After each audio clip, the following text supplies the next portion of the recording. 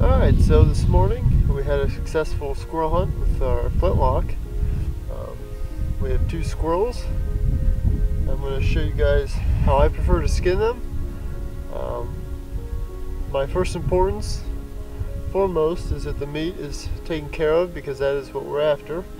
And I also like to skin them so I can use the skins. So I'll show you the way that I do, where you're left with good clean meat with no hair, and you're left with a nice skin without any holes. So with that said, let's get started. So what we use for this, first and foremost, is a good skinning knife. This happens to be a Buck 102, which is my favorite skinning knife. This blade is actually a slight bit large for squirrels, but it does the job. I would never use anything larger than this for any type of skinning, whether it was deer or any other large game. The small blade you have good control over, and this is just a good size. Next, you can either have a pair of pliers for stripping out the tailbone, or you can use 2 sticks. So I'll show you what I'm talking about when we get to it. So let's begin. Okay, so let's get started. Got our knife. First thing we're going to do is cut through here and up. With squirrels, it's nice to have a good pointy knife because their skin is quite tough. So we go in at the heel, and when you go in, you want to have a really sharp knife, and you don't want to cut into the meat. You just want to get through the skin. And as you cut, you pull the tip of your knife upward, so the pressure is being applied into the skin instead of through the meat.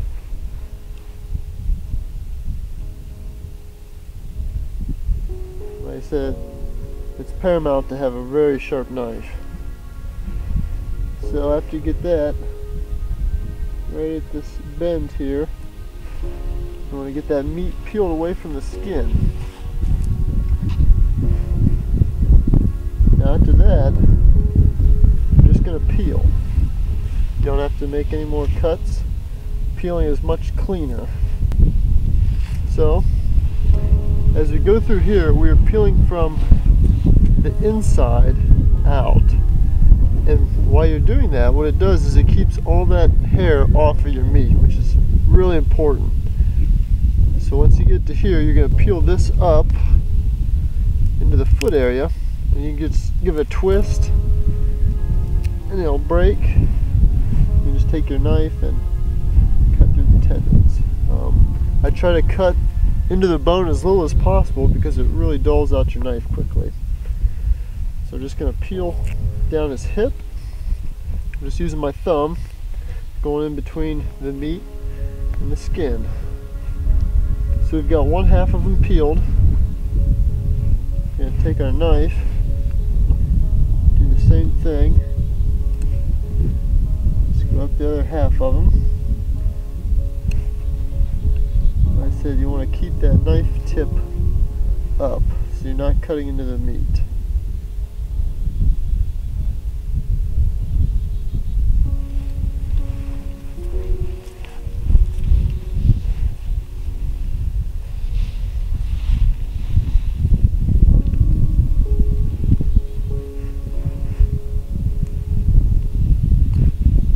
Another trick is you can put your knife in at an angle, lay the knife onto the meat, and then go up through the skin.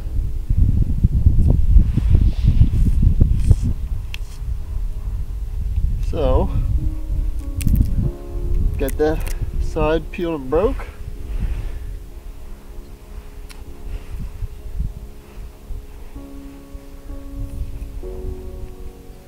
So now we're at our tail. Connect that. So here's where your 2 sticks come in handy, or you can use a pair of pliers. But what you're going to do,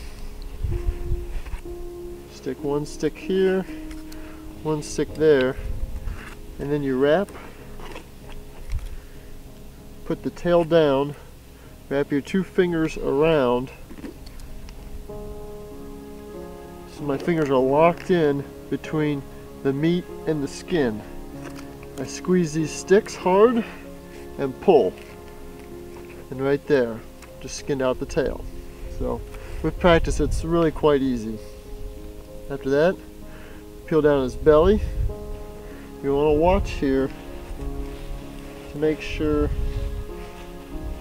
that you don't go into the chest cavity. So if you have to disconnect anything, just slightly go along.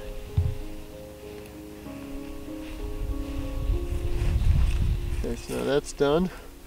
Just gonna peel them like such. We'll be at our front legs now. You can see the outline of the front leg. So just run a knife along. Careful not to cut the skin.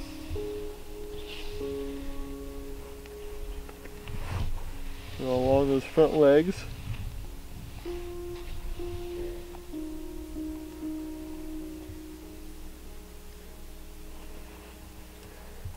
Now we're into the armpits. And here, I'm going to take that knife and just work down in, keeping all that meat off of your skin.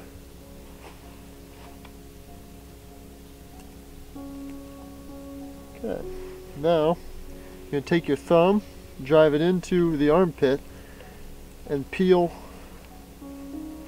your front leg skin. So the front leg is now like that.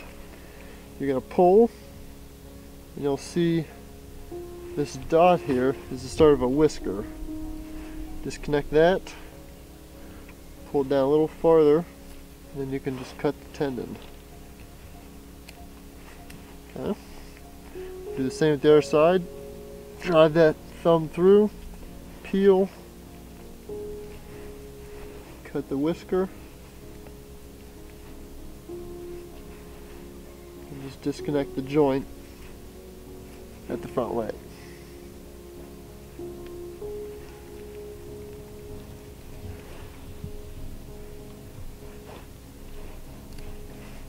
So now we're to the head. I like to go along and keep all that meat on the carcass. That leaves less fleshing to do when you're cleaning the skin.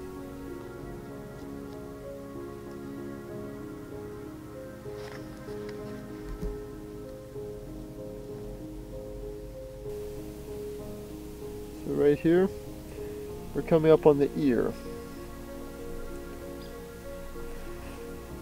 You can see the ear is this little pocket here. So what I like to do is just skin out as much of the ear as I can before I disconnect it. So when you cut the ear, you will need to go back towards the skull and disconnect it back here. Otherwise you'll end up cutting most of the inside of the ear out, which doesn't look as nice on the skin. So there's my ear canal. Do the same with the other side.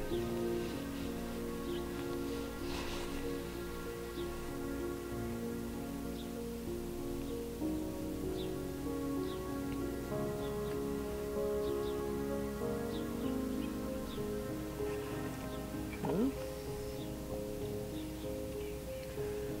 Next up will be the eyeballs. So what I like to do is I like to grab that ear and pinch it and pull. You're going to cut through that membrane. You'll see the eye come up as this black dot here. Now what you need to watch, if you want your skins to be really nice, right here you can see the tip of white. This is his eyelid. You need to cut between the eyelid and the eyeball. So you can see right here's his eyelid, here's his eyeball. You need to cut between those so that you don't cut that eyelid. That keeps a nice uniform eye shape on your skins. So we'll continue to work down. Be connected right at the base of the eye. Just go through that. Same with the other side. We're going to grab that ear and pull, cut through the membrane, and right there you can see that tip of white.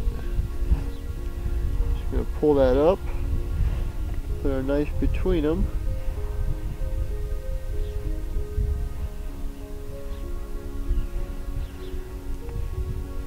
like such.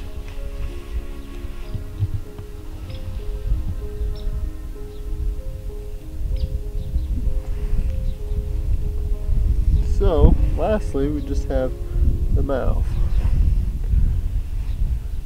So I come through, and you're going to see fur. Don't be alarmed. You know, you're coming through with the cheeks. There's his bottom jaw. Just cut straight through. On the bottom jaw, you want to make sure that you don't cut off his bottom lip. So you just work your knife along his jaw.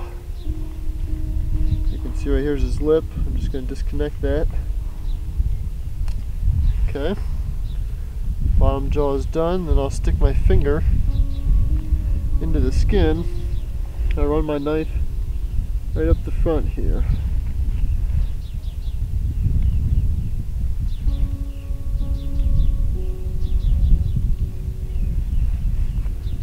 Same with the other side. And then on the bottom of the nose, I run it right on the top of his teeth. There's a little piece of skin there. So, yeah, just go straight from the sides. You'll see the butts of the whiskers. That's good. You don't want to cut through those, but you don't want to have a lot of extra meat stuck on. Going to disconnect it from the front.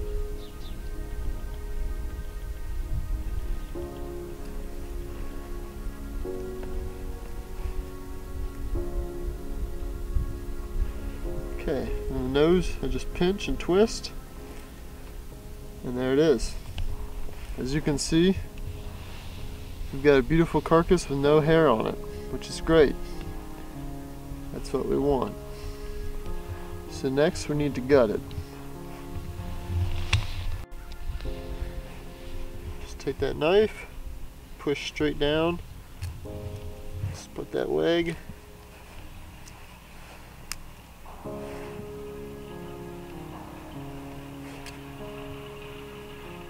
You want to watch that you don't cut anything.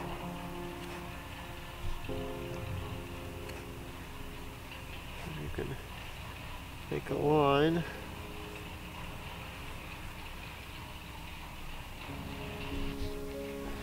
So, take our knife,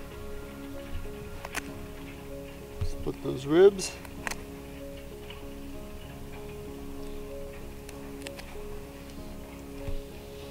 Open them up. Just cut up here at the top.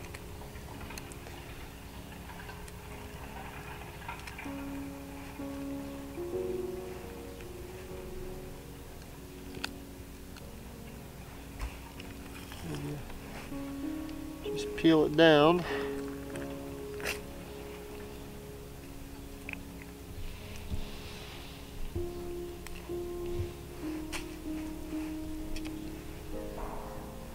Clean up anything we may have missed.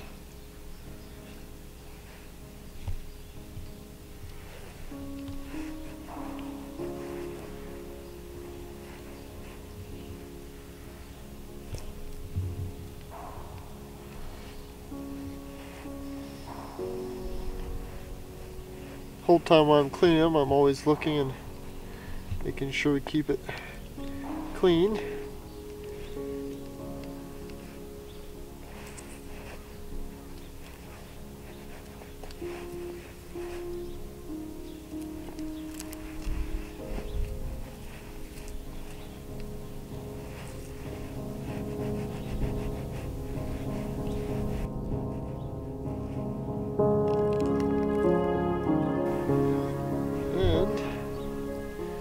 There we have it, another beautiful clean carcass. Okay, so we go ahead and skin the second one out. such. And here, if you take your pliers, just put them right over the tailbone, and you don't squeeze too hard, but you give it some grip. Just take your 3 fingers on the back of the spine and just peel it apart. So now we have the meat cleaned. Last thing I do with the skins is, if they're just going to be for display or like a flat skin, not to be mounted, I will take the feet off. So in here I can feel where the toes are. So I'll just cut off on either side past the toes. Same with the bottom feet. Take them off right at the heel.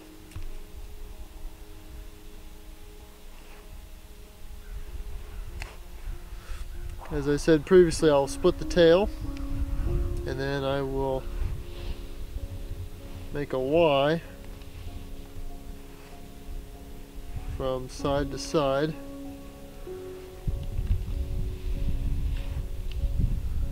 On our legs.